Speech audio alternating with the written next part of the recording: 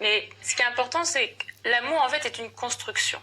Ça veut dire qu'il y a de l'émotion, mais il y a autre chose. Il y a du vécu, il y a notre histoire qui va faire qu'on va finalement projeter dans le sentiment amoureux une partie de nous-mêmes. Et pourquoi ? Parce que l'amour fait partie de ce qu'on appelle nos valeurs. Une valeur, c'est une force qui est à l'intérieur de nous, qui va nous accompagner toute notre vie et qui va guider nos décisions et nos actes. Une chose importante avec l'amour, c'est que, comme ça fait partie d'une valeur, l'amour ne dépend pas de la personne que l'on aime. On peut sentir l'amour, quelle que soit la personne qui est en face. Il n'y a pas besoin d'un objet amoureux pour sentir l'amour. C'est quelque chose d'indépendant qu'on va pouvoir retravailler dans différentes relations. Je pense qu'on va en parler ensemble. Qu'on va pouvoir investir sous différentes formes en fonction des gens qui sont en face de nous. Donc on est vraiment dans l'ordre de la projection. Est-ce qu'on projette nos peurs ? Est-ce qu'on projette nos désirs aussi ? Enfin, qu'est-ce qu'on projette ? Et est-ce que c'est possible de ne pas projeter de l'amour finalement et d'avoir un amour qui existe sans projection ? Les deux existent. Alors il y a le sentiment intime de l'amour, de se sentir aimé, de ce sentiment, sentiment quasiment de chaleur par exemple dans le corps, de palpitation au niveau organique qui est là. Mais ce sentiment amoureux finalement va se développer en fonction de ce qu'on appelle nos schémas cognitifs. Qu'est-ce que c'est qu'un schéma cognitif ? C'est notre façon de voir le monde, c'est notre filtre qui nous permet d'interpréter le monde. Et ces filtres sont très très dépendants en fait de notre construction mentale, en fonction de l'amour qu'on a reçu dans notre jeunesse, par exemple par nos parents, par nos amis, en fonction des événements de vie qu'on a traversés, en fonction de notre culture. On ne va pas projeter les mêmes schémas amoureux sur les autres. On aura peut-être des attentes différentes. Ça veut dire qu'on va avoir des besoins différents qui vont s'exprimer, comme par exemple le besoin de sécurité, le besoin de se sentir aimé en retour, ou encore le besoin de s'affirmer à travers l'amour. Ça, c'est quelque chose qui est très très personnel. En tout cas, il faut garder en tête que même si ces schémas sont assez structurants, ça veut dire qu'on va les avoir tout au long de notre vie, ils ne sont pas tout à fait figés. On peut toujours faire une rencontre incroyable dans notre vie qui fait que... Ça peut évoluer. Ils vont évoluer, nos schémas vont évoluer, on va peut-être avoir de nouvelles attentes, de nouveaux besoins qui vont pouvoir s'exprimer à travers le sentiment amoureux. Et alors, est-ce qu'il y a une histoire aussi de temporalité ? Par exemple, est-ce qu'une personne A, je vais la rencontrer à un moment de ma vie où je ne suis pas prête, par exemple, et à un autre moment, est-ce que en fait, l'amour peut être totalement différent du coup ? Il le sera, pas dans sa nature intime, comme on en a parlé, mais en fonction des besoins et des attentes qu'on projette sur l'autre. Effectivement, je pense qu'il y a certaines rencontres qui doivent se faire à certains moments de la vie. Si on les fait trop tôt ou trop tard, finalement, cette rencontre ne se fait pas. Non pas parce que l'autre n'est pas la bonne personne, mais simplement parce qu'on n'est pas dans le contexte psychologique qui nous permet de percevoir cette rencontre. C'est ça qui fait la beauté du couple, finalement, ces deux êtres qui vont se rencontrer au bon moment et projeter leur propre schéma qui vont à un moment se faire écho pour construire une troisième façon d'être, la façon d'être du couple. Et alors ça me fait penser, j'ai une question qui arrive évidemment, c'est par rapport aux ex, puisque du coup on arrive dans une autre configuration, c'est une personne qu'on a aimée, on s'est séparés. Est-ce que finalement du coup il y a quelque chose à aller chercher du côté du passé ou pas ? Alors ça c'est intéressant les ex, parce qu'il y a deux choses. Soit on est en rupture, on se dit j'ai évolué, il a évolué, on passe le cap et je passe à une autre relation, ça peut arriver pour certains. Ou alors on va être dans une sorte de quête d'absolu, on va sans arrêt utiliser les mêmes schémas. Ça veut dire, je ne sais pas si vous vous êtes déjà rendu compte, mais souvent on a tendance à chercher les mêmes partenaires, avec les mêmes traits. On en a peut-être même déjà souffert, mais on se dit, finalement, je me retrouve toujours avec le même type d'homme ou le même type de femme. C'est ce qu'on appelle notre genre, en fait. On dit souvent c'est mon genre. C'est ça, c'est notre genre, mais c'est pas forcément le genre qui correspond vraiment à nos besoins. C'est pour ça qu'on est sans arrêt en situation de souffrance, parce que finalement, je pense que c'est une mauvaise détermination de nos besoins de base. On va projeter quelque chose dans l'amour qui ne correspond pas à ce qu'on a vraiment besoin, ce qu'on appelle le vrai self. Quels sont vraiment mes besoins fondamentaux ? On va approcher plutôt peut-être des attentes sociétales, des attentes personnelles, des désirs, mais qui ne correspondent pas à qui on est vraiment. Et la difficulté de ça, c'est qu'on a tendance finalement à s'enfermer sans arrêt dans les mêmes réflexes.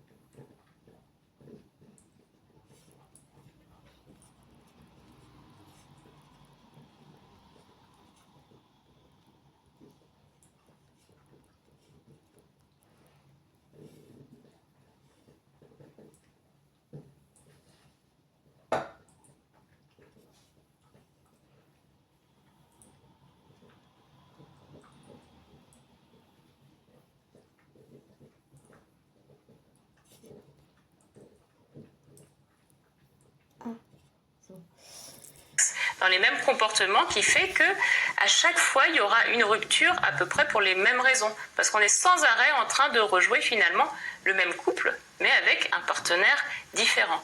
Donc ça va être important de s'en apercevoir pour travailler sur nos propres schémas, nos propres besoins. Donc des fois, il faut passer par l'apport d'un thérapeute, un psychothérapeute pour nous accompagner, pour la prise de conscience et changer quelque chose dans nos attentes qui fait qu'on va être ouvert à de nouvelles opportunités et à une nouvelle forme de couple. Donc si je résume, ce qui est important à partir de cet état de fait, c'est de se dire « Ok, j'ai des envies, mais de quoi j'ai besoin ?» Oui, tout à fait. Il faut toujours revenir finalement à soi. C'est pas égoïste, attention. Revenir à soi, c'est respecter quels sont mes besoins fondamentaux. Quand on respecte ses besoins, quand on écoute ses émotions qui vont nous guider aussi dans ça, on va se rapprocher de ce qu'on a parlé tout à l'heure, de nos valeurs. Une valeur, c'est les moteurs de ma vie. Qu'est-ce qui est vraiment important pour moi ?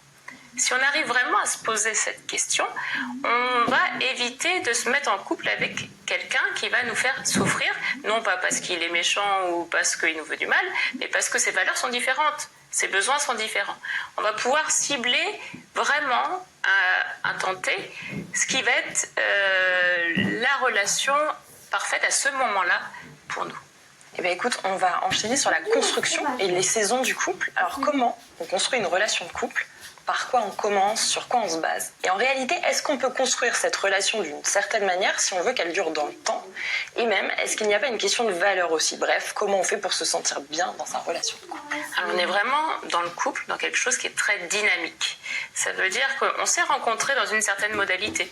Peut-être, je sais pas, on était jeunes, on n'avait pas d'enfants, on avait certains buts communs, des objectifs communs qui fait que le couple s'est monté à ce moment-là. On ne va jamais rester figé dans une position, ça veut dire les deux membres du couple vont vieillir, peut-être que les besoins vont changer, les projections aussi vont changer. Et c'est là où toute la construction du couple va se mettre en place. Ça veut dire qu'un couple qui dure, c'est pas un couple qui reste figé, c'est un couple qui évolue ensemble, qui va rester toujours dans une forme d'écoute de l'autre et d'adaptation entre ses besoins et les besoins de l'autre. Lorsqu'on arrive à faire ça, on arrive dans ce que j'appelle moi les saisons du couple. Ça veut dire que les saisons vont passer. Si on compare par exemple la rencontre à l'été, peut-être c'est un moment où on va passer un automne, un moment un peu plus mélancolique, où on va traverser des premières difficultés ensemble, peut-être même se reconstruire encore plus fortement ensemble. C'est-à-dire que les difficultés, si on arrive à les dépasser en couple, c'est quelque chose qui est plutôt renforçateur, parce qu'on va découvrir des valeurs, des ressources chez l'autre peut-être qu'on ignorait. Puis vient l'hiver, des moments plus difficiles, mais après l'hiver, on va pouvoir se projeter dans le printemps, dans une sorte de renouveau. Et ce renouveau n'a pas d'âge. Ça veut dire que le couple peut se réinventer à n'importe quel moment de la vie. Ça, c'est quelque chose qui est important. Il n'est jamais trop tard. Il n'est jamais trop tard. On peut être à 50 ans, 60 ans et avoir un renouveau de notre couple, même si ça fait 20, 30 ans qu'on est ensemble. Tout simplement parce que notre modalité va changer. Peut-être que les enfants vont être partis de la maison. On va retrouver du temps ensemble et ce temps, au lieu de rester seul, on va le réinvestir à deux. Et on va de nouveau réinvestir une nouvelle forme de couple qui fera sens pour nous. L'objectif étant la croissance des deux membres. Que ce couple finalement soit un facteur d'épanouissement pour les deux personnes. C'est là où on va voir si en fait le couple est bon pour nous et comment le faire évoluer. Et alors, tu parles des saisons du couple. Il y a l'auteur et thérapeute Gary Chapman qui a publié notamment le best-seller Les langages de l'amour, qui a également fait un livre sur les saisons du mariage. Et ce qui est intéressant, c'est qu'il reprend donc cette histoire de saisonnalité avec la possibilité d'évolution. Alors comment on fait, tu en parlais justement, pour éviter de se retrouver trop souvent dans un hiver polaire au sein de son couple? Et est-ce que peut-être même le fait de traverser ces différentes saisons, c'est pas nécessaire quelque part pour faire évoluer son couple?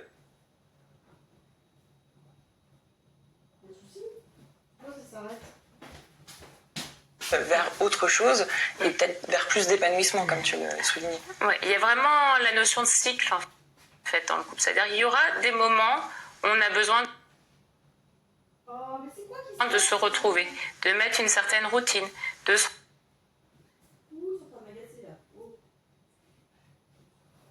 retrouver avec des choses assez réconfortantes. Ça peut être des choses toutes simples, hein. Ça peut être regarder la télé ensemble, choisir le programme télé. Ça peut être se retrouver quelques fois dans la semaine en un repas à deux où on peut partager simplement notre journée.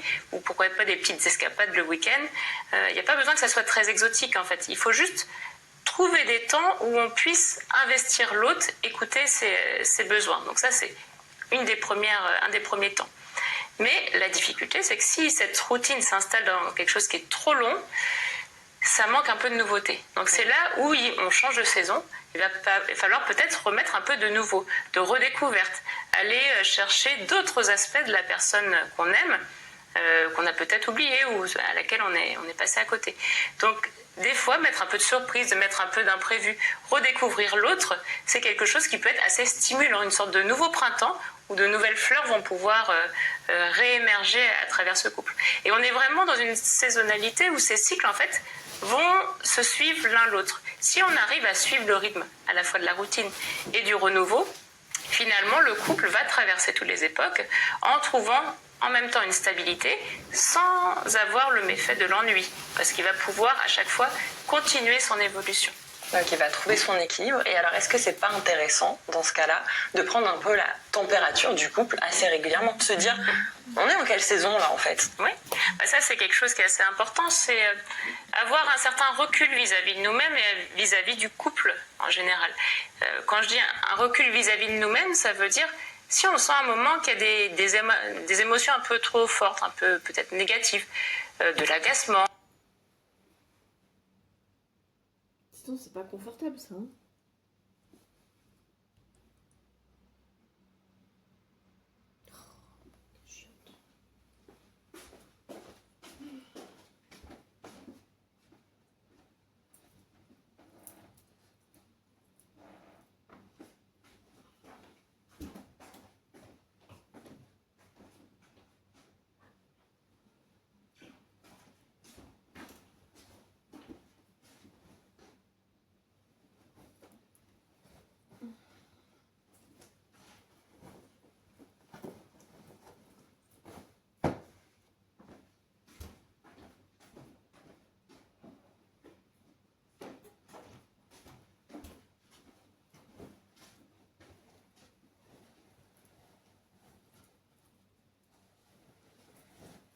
Oh, c'est un peu long là quand même.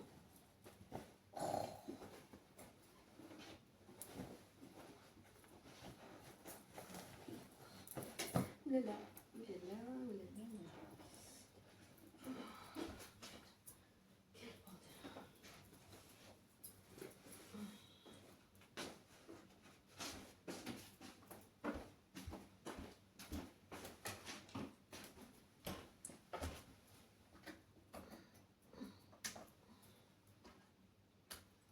Ah mince.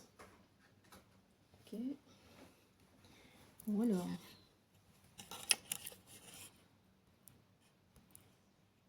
Oh. Non mais je suis pas d'accord là. Pourquoi ça s'arrête? De la colère, de la tristesse dans Mais ça va être agréable ça.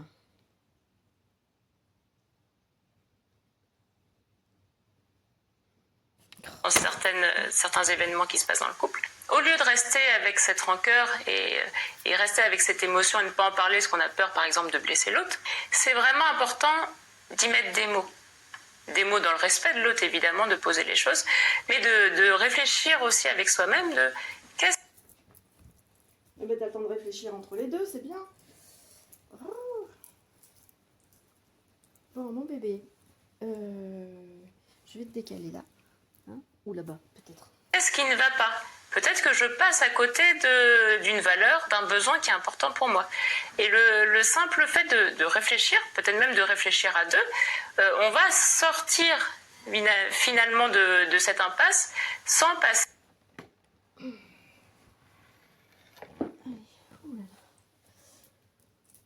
par une phase de conflit ou... Dis donc. Qu'est-ce que c'est?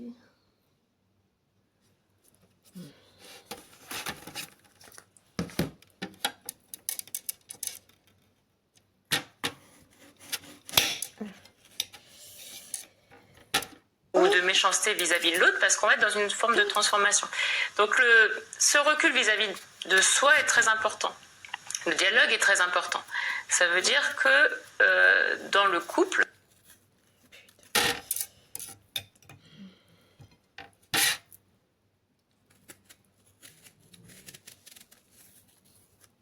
y aura évidemment des non-dits, mais on ne peut pas faire un couple avec que des non-dits. Ça veut dire qu'il faut quand même un espace commun d'expression où l'autre se sente assez à l'aise pour pouvoir exprimer vraiment ses besoins. Donc, essayez de ne pas, c'est pas facile, essayez par exemple de ne pas être dans le jugement. Si l'autre personne vient nous dire quelque chose sur nous-mêmes, ne pas le prendre frontalement comme une attaque. Le prendre plutôt comme une demande de changement ou un besoin de sa part. Et ça demande vraiment, je pense, de la maturité dans le couple. D'avoir un recul qui permet finalement de ne pas coller à ce que dit l'autre, mais à le prendre en compte, accepter ou pas l'accepter d'ailleurs, on est libre, mais ne pas être dans le jugement des actes de l'autre directement, être plutôt dans la négociation et la discussion. Donc être assez ouvert pour pouvoir entendre ce qu'on nous dit, ne pas le prendre comme un reproche qui va nous être fait directement sur notre valeur, mais le mettre à distance en se disant ça va me permettre de mettre le doigt sur ce qui ne va pas et d'améliorer les choses entre nous. Donc il y a peut-être aussi un biais par la communication, je pense à la communication non violente, peut-être ça peut être un outil pour le couple. Tout à fait, de toute façon il faut garder en tête que les conflits ouverts ne sont jamais bons. Pourquoi ? Parce que c'est ce que je dis à mes patients, ça laisse toujours des cicatrices. Des paroles qui sont lancées comme ça sur le coup de l'émotion, des petites méchancetés qu'on peut se dire, on peut les relativiser, se dire oui, j'étais pas dans mon état normal, tu m'as énervé ce jour-là, j'ai dit des choses qui ont dépassé ma pensée. Sauf que ça reste gravé dans la mémoire. C'est des petites phrases qui vont devenir parfois des phrases automatiques, voire même des ruminations chez l'autre, qui vont laisser des séquelles. Et le risque, c'est qu'à la prochaine fois où il y aura un contenu émotionnel un peu fort, que ces fameuses phrases, elles reviennent. Et qu'elles reviennent en boucle et que finalement, ça fasse travailler de façon négative le couple. D'où l'importance d'exprimer les émotions sans être dans la surenchère. Et l'importance aussi d'exprimer assez rapidement l'émotion. Que ça ne se transforme pas en rancœur. Pas les garder à l'intérieur. Ne pas les garder en soi, les exprimer dès le début pour aller travailler ensemble. Et c'est en faisant ça, en posant pour moi vraiment le discours, qu'on va éviter les gros conflits et qu'on va éviter ces cicatrices émotionnelles. Et est-ce que la thérapie de couple, elle peut ne pas intervenir trop tard justement et de se dire, parce que souvent on a tendance à se dire on va en thérapie de couple quand ça ne va pas du tout. Est-ce que c'est pas intéressant de se dire en amont, là je sens qu'on a un hiver polaire qui s'installe un peu, j'aimerais pas que ça reste trop longtemps, viens on va parler parce qu'on n'arrive pas à se parler ensemble. Alors un bon indice, si on commence à parler à thérapie de couple pour savoir à quel moment il faut passer le cap, aller voir un psychothérapeute, c'est lorsqu'il y a trop de silence. C'est-à-dire, n'attendez pas la rupture et la dispute. À partir du moment où vos besoins, vous ne pouvez pas les exprimer ou que la personne en face ne peut pas exprimer ses besoins, il faut y aller. Il va falloir passer à la thérapie de couple parce que le thérapeute va être là justement pour remettre du discours, remettre du dialogue et pouvoir aider en tout cas à exprimer ce qui ne va pas. Donc évidemment, plus on le fait assez rapidement, plus on va éviter d'envenimer la situation et on va éviter de mettre en place des mauvais réflexes, des schémas cognitifs qui seraient assez négatifs au niveau du couple. Donc, premier signe, ça veut dire fin de la discussion où vous sentez que plus rien ne passe ensemble au niveau de la discussion, il faut aller consulter à ce moment-là. C'est comme pour la santé, on n'attend pas d'être super malade pour aller en curatif, il vaut mieux être sur du préventif. Tout à fait, plus on va aller vite, peut-être qu'une seule séance va permettre de dénouer les choses et de reposer. La difficulté, vraiment, c'est l'antériorité, ça veut dire si on laisse trop traîner, notre cerveau, il enregistre, alors ça c'est quelque chose d'assez étonnant, le cerveau enregistre beaucoup plus facilement les émotions négatives, les événements négatifs que positifs. Pourquoi ? C'est le biais de négativité. C'est le biais de négativité, on l'a tous. Tout simplement parce que les structures qui gèrent les émotions fortes, qu'on appelle l'amygdale au niveau du cerveau, est juste à côté de l'hippocampe. L'hippocampe, c'est la zone qui permet d'enregistrer les informations. Donc plus on va activer l'amygdale, plus l'hippocampe va s'activer aussi.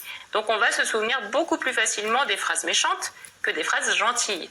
D'où l'intérêt de dire beaucoup de phrases gentilles et peu de phrases méchantes. N'hésitez pas à dire des phrases gentilles, soyez sympa. Et surtout qu'on s'auto-alimente dans le couple finalement, parce que plus on va être sympa avec l'autre, plus l'autre va être sympa, plus on est dans l'agressivité, plus évidemment en face ça va être compliqué. Alors c'est facile à dire évidemment. Mais... Et c'est important, je le rappelle à tous mes patients, dites-vous au moins une fois par jour « je t'aime ». C'est une petite phrase qui est des fois difficile au début, mais c'est important. Pourquoi ? Parce qu'à chaque fois qu'on entend le mot « je t'aime » dans notre cerveau, on a une libération de dopamine, de sérotonine. Ça fait du bien. Et on a beau le répéter, le niveau de dopamine ne diminue pas. Ça veut dire qu'à chaque fois que vous offrez un « je t'aime » à quelqu'un que vous aimez, vous lui faites le cadeau d'un petit shoot de bonheur. Donc il ne faut pas s'en priver. Si vous arrivez à ponctuer toute votre journée par au moins un « je t'aime », vous allez vous sentir beaucoup mieux et ça, la parole va vraiment se libérer. Ah, une bonne prescription de bonheur, là, moi je prends. Maintenant qu'on est au sein du couple, comment on fait durer son couple? Comment, quand on est en couple, qu'on a exprimé à l'autre ses besoins, ses envies, ses limites, qu'on est dans une relation saine parce qu'on a réussi à la mettre en place ensemble, comment est-ce qu'on fait pour que ça dure? Il faut vraiment l'alternance entre la routine et la nouveauté.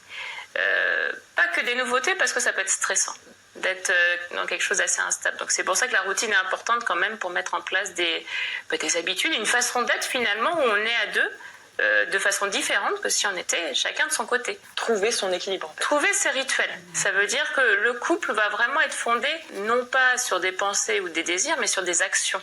Des actions communes, un vivre ensemble commun, sur des paroles communes qu'on va s'échanger. C'est quelque chose qui est très important. Pour moi, c'est vraiment l'essence d'un couple qui dure. C'est un couple qui a trouvé ses rituels. Même si c'est bizarre de l'extérieur, peu importe. Du moment que ça fait sens pour les deux membres, c'est important. Ça peut être quoi comme rituel, par exemple, de manière concrète? Ça peut être, je sais pas, on va aller manger à la pizzeria une fois par semaine tous les deux. Des choses simples.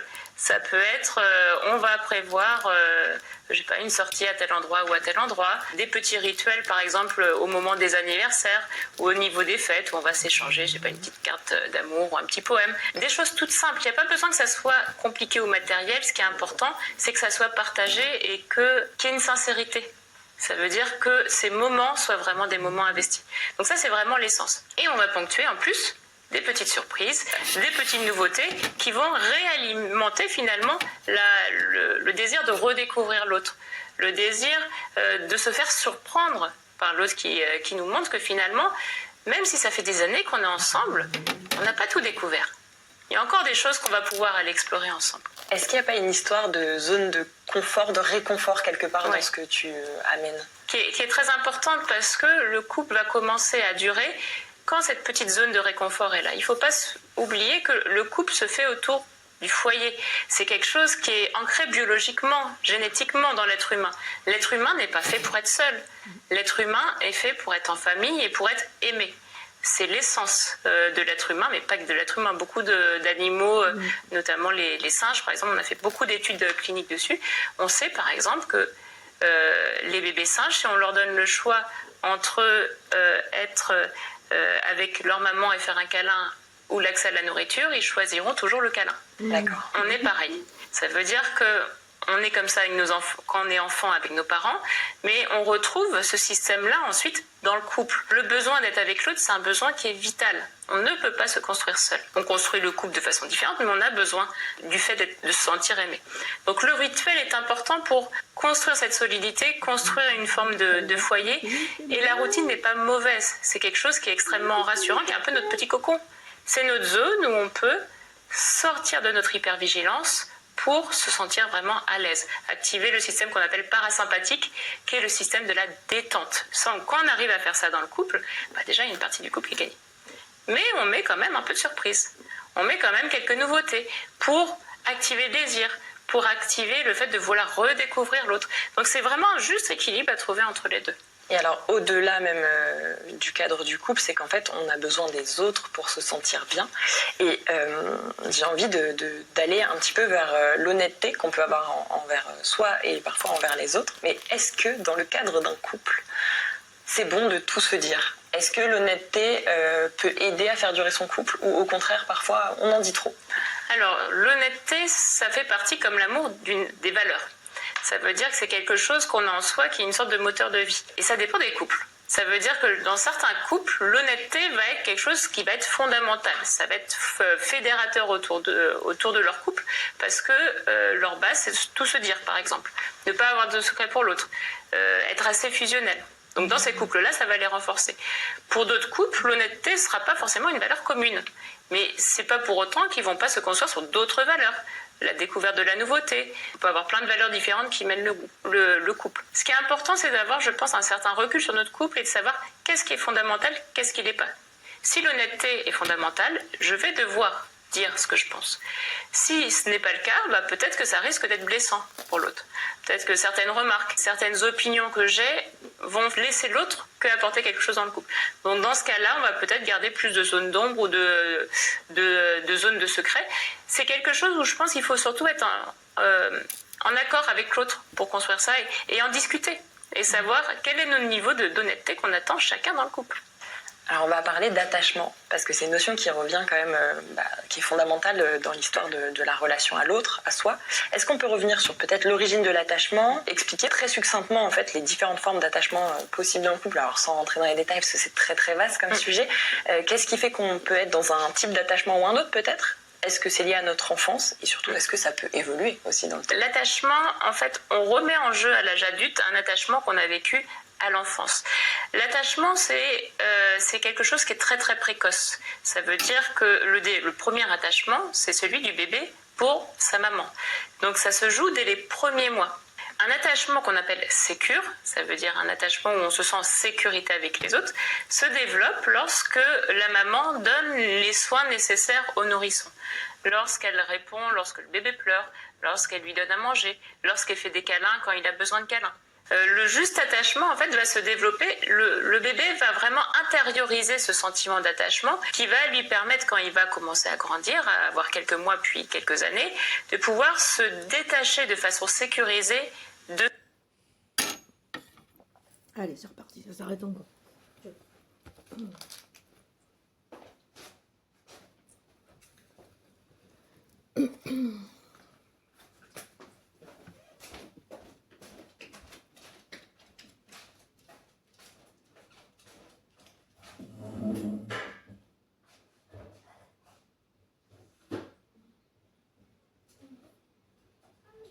de ses parents. Ça veut dire qu'un attachement sécurisé, c'est un attachement où on se sent bien, on se sent à l'aise, on se sent un individu protégé, mais qui est curieux, qui a envie d'aller voir à l'extérieur ce qui se passe. C'est le meilleur attachement.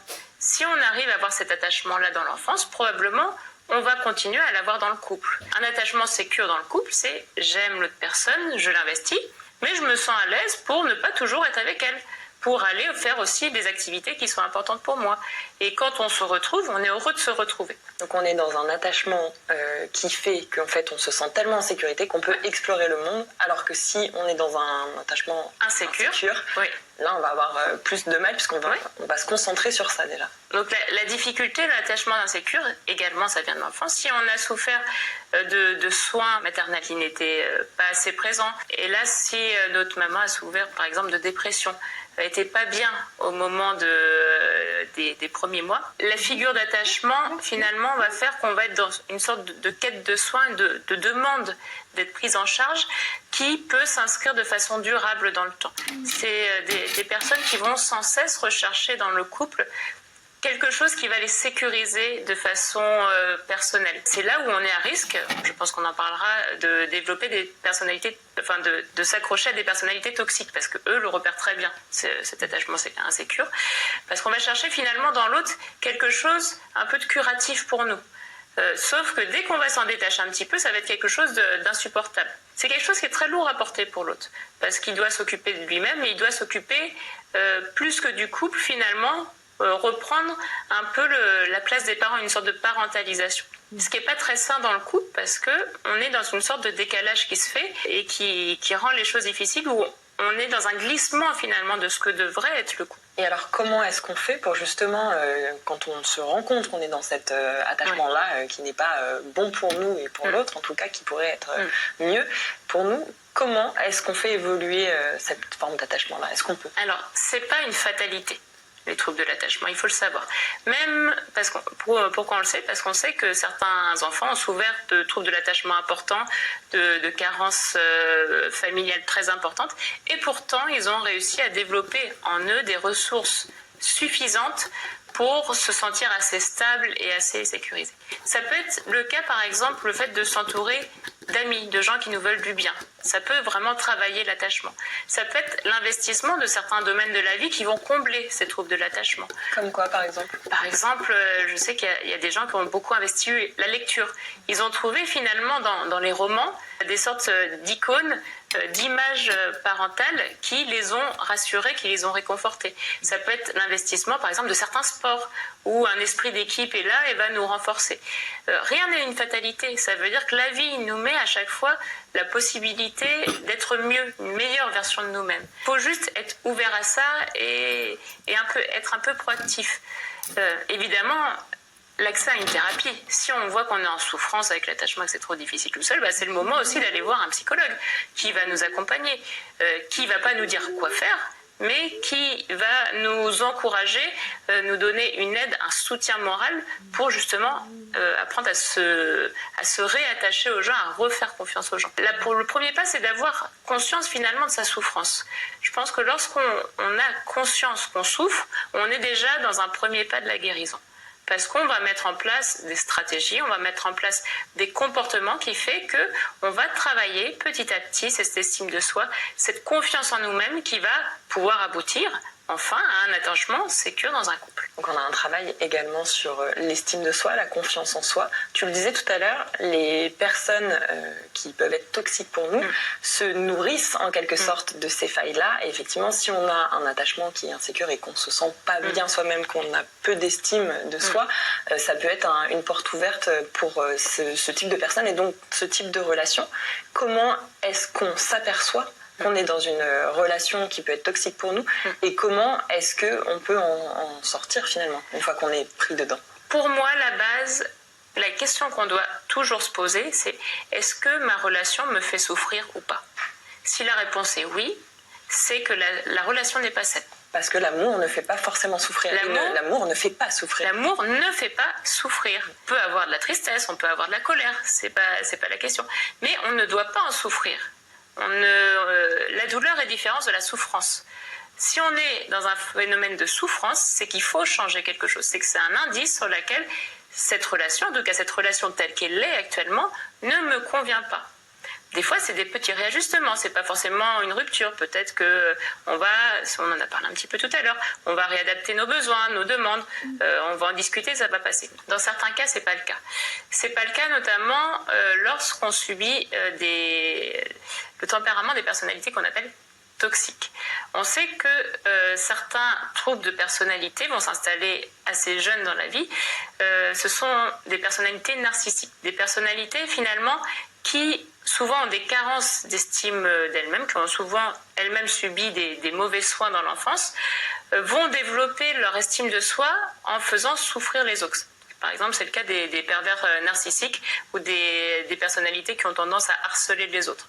Ça veut dire que pour avoir une sorte d'homogénéité dans leur personnalité, d'avoir un sentiment d'être soi, ils vont avoir besoin de produire sans arrêt de l'émotion négative chez les autres. Ces personnalités, lorsqu'elles sont en couple, leur premier objet d'utilisation en fait, du couple, ça va être finalement de manipuler l'autre pour se renarcissiser personnellement. Attention à ces relations-là si on en est victime. C'est vampirisant. C'est vampirisant et il y a souvent à ce moment-là un syndrome qu'on appelle le syndrome du sauveur du côté de la victime qui va trouver toutes les excuses finalement à la personne qui est néfaste pour elle. Pourquoi attention? Parce qu'en fait on est dans un jeu toxique. D'un côté on a une personnalité toxique qui va sans arrêt faire vivre toutes les émotions à l'autre pour s'en nourrir et pour se renarcissiser, quitte à humilier l'autre. Et de l'autre côté, on a une victime qui va se dire « je vais le faire guérir, je vais le transformer en quelqu'un de meilleur et de bon pour moi ». Il n'y arrivera jamais. Pourquoi il n'y arrivera jamais ?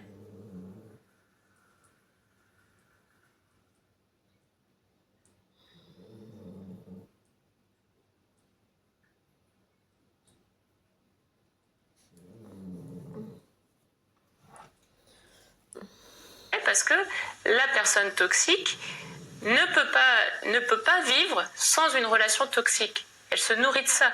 Si la victime s'éloigne, elle va tout faire pour la ramener parce qu'elle ne peut pas vivre toute seule. Donc on est dans une sorte de jeu de je pars pas qui finalement nous met extrêmement en souffrance. D'où l'intérêt lorsqu'on repère ce type de mécanisme de sortir absolument de cette relation. Et alors justement, comment on fait? Parce que tu parlais d'humiliation, par exemple. En fait, les personnes qui sont enfermées dans cette relation, en plus d'avoir l'impression qu'elle peut sauver l'autre, sans doute qu'il y a aussi quelque chose comme le phénomène d'emprise et se dire que on a une faible estime de soi, sans doute. C'est pour ça qu'on atterrit un peu dans ce genre de relation. Et du coup, ça vient nourrir aussi la faible estime de soi qu'on a et on se dit peut-être que je le mérite. Alors, comment est-ce qu'on arrive à s'en rendre compte et comment on peut en sortir quand on est déjà bien dedans? Alors, lorsqu'on est bien dedans, le plus important pour moi, c'est les personnes extérieures qui nous aiment. S'appuyer sur des amis, sur des collègues, sur de la famille qui est bienveillante pour nous. C'est pas tout le temps facile parce que la personnalité toxique, l'autre a tendance à isoler sa victime parce qu'il le sait, c'est dangereux les autres. Donc il faut réussir à se raccrocher. Et des fois, c'est des rencontres même d'inconnus qui vont dire mais cette situation-là, tu n'as pas le droit de la tolérer. Elle n'est pas OK. Elle n'est pas OK. Tu n'as pas le droit de souffrir de ta relation, qui permet d'avoir une sorte de vision, de dire bah oui, tu as raison, j'ai le droit d'être heureux dans ma vie. Je n'ai pas à souffrir. Je n'ai pas à souffrir d'une relation. Une relation, ça se change. Donc ça passe par un déclic finalement. Ça passe souvent par un déclic, par une personne qui arrive au bon moment où le déclic arrive.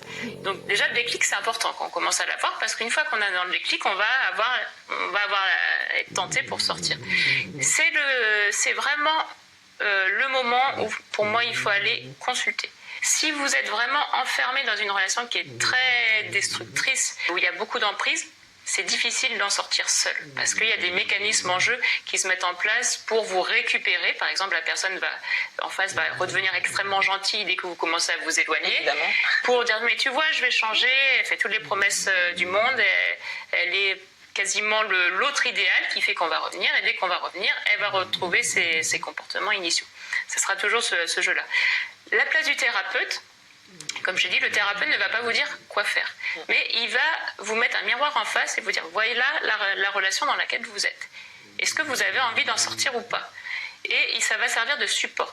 Et évidemment, heureusement, il y a des gens qui réussissent à en sortir de ces relations-là.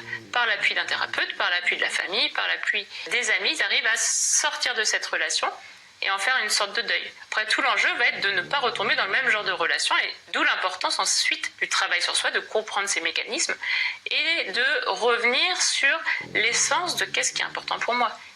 Quel est le chemin de vie que j'ai envie de prendre? Comprendre pour ne pas répéter les mêmes schémas. Oui. Et alors, tant qu'on est dans la compréhension, on va sortir un peu de ce spectre des relations toxiques pour aller sur les langages de l'amour. On va aller sur quelque chose d'un peu plus joyeux.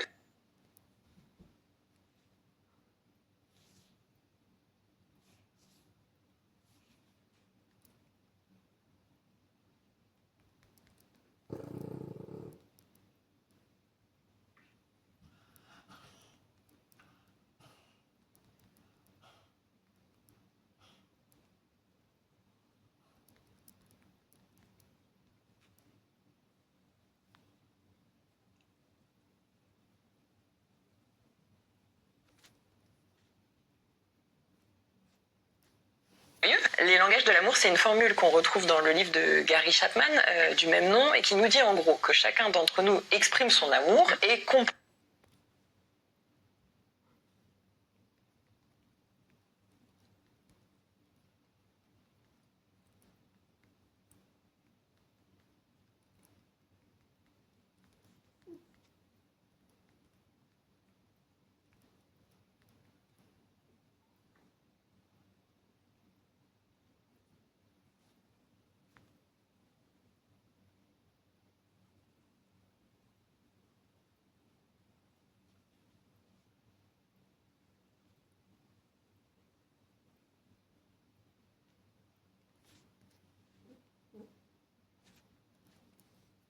les preuves d'amour d'après un langage qui lui est propre.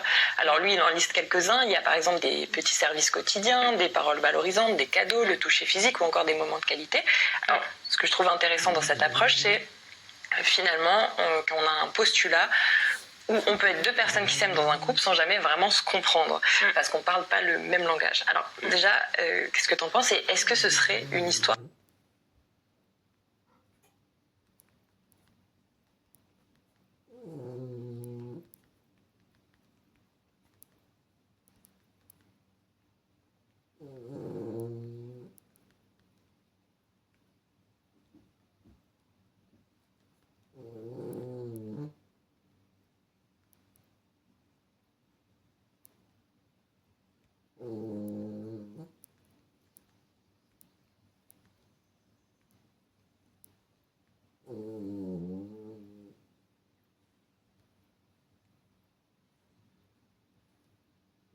Histoire de conditionnement en quelque sorte et comment on peut comprendre son propre langage et apprendre à parler celui de l'autre. Il y a beaucoup de choses dans l'amour.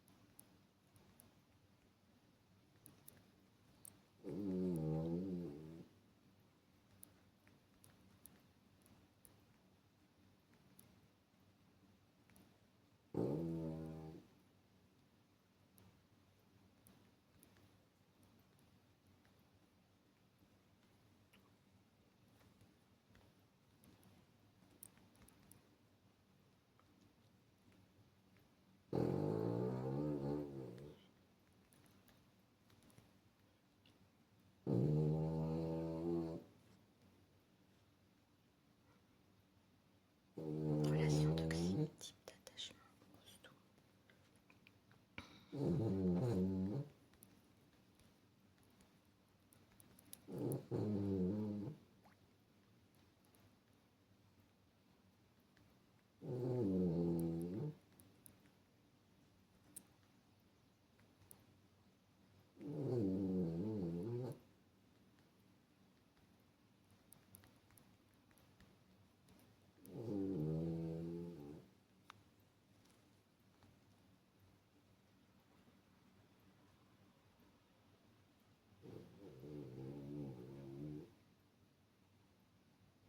Ah oui, super.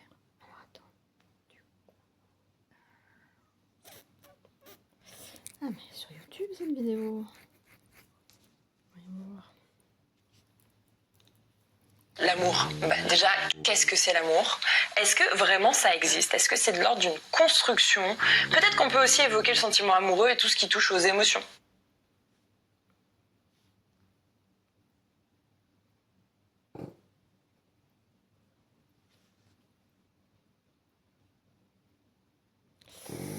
Ah, je vais pas avoir la fin. Oh merde. Ah non, c'est bon. L'amour, comme dans la relation générale, qui passe par le paralangage. Qu'est-ce que c'est que le paralangage? Le langage, on voit ce que c'est. C'est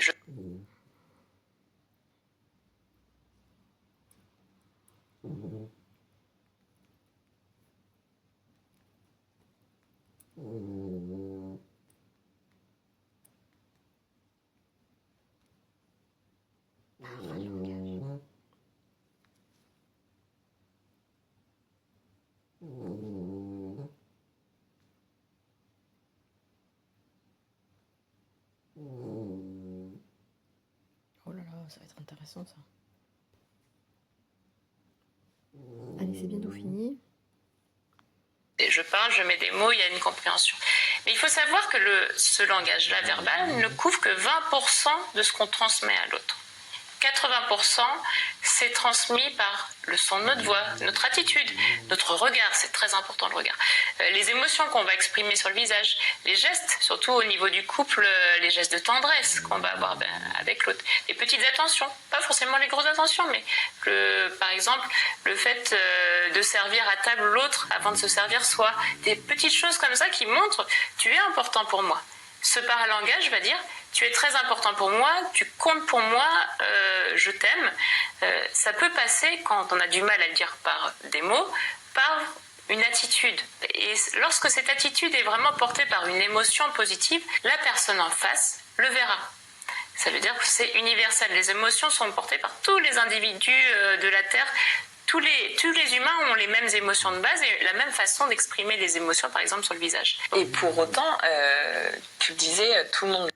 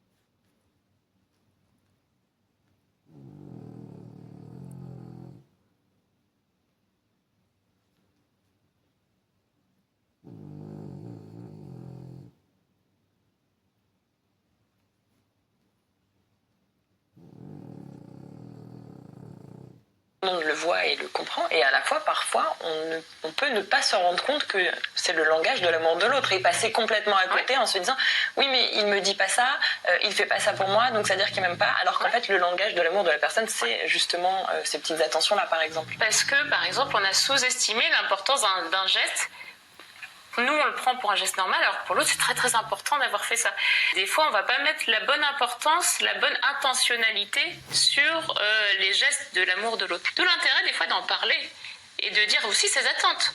Au lieu de dire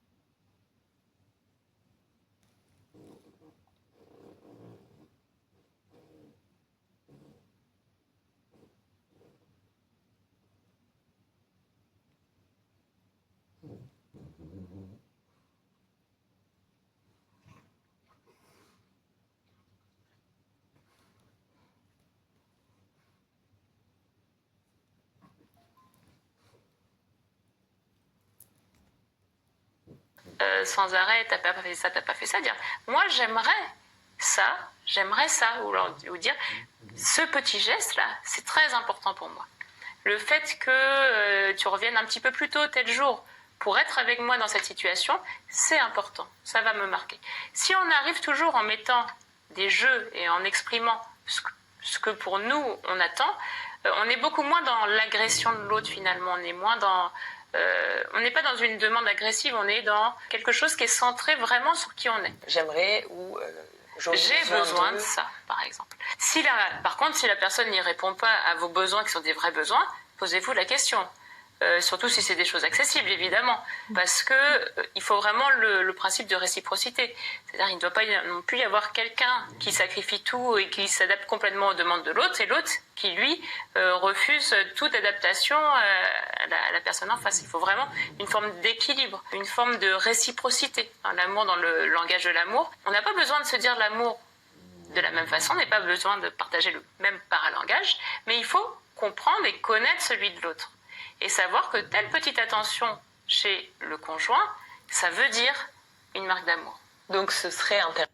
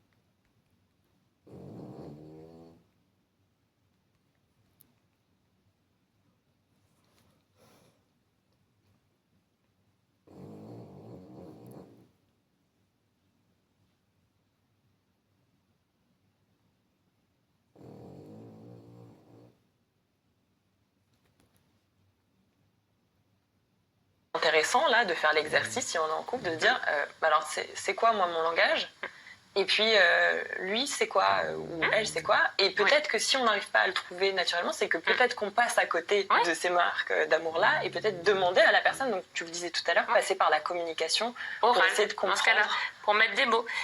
Quand ça passe pas par le paralangage, eh ben, il faut en parler. Et comprendre ce qui est vraiment important pour l'autre. D'où l'importance, à chaque fois dans le couple, de ne pas revenir sur les accusations de l'autre, mais sur mes besoins à moi. Ce qui n'est pas la même chose. Parce qu'en recentrant à chaque fois, on voit si on est sur la même longueur d'onde ou pas.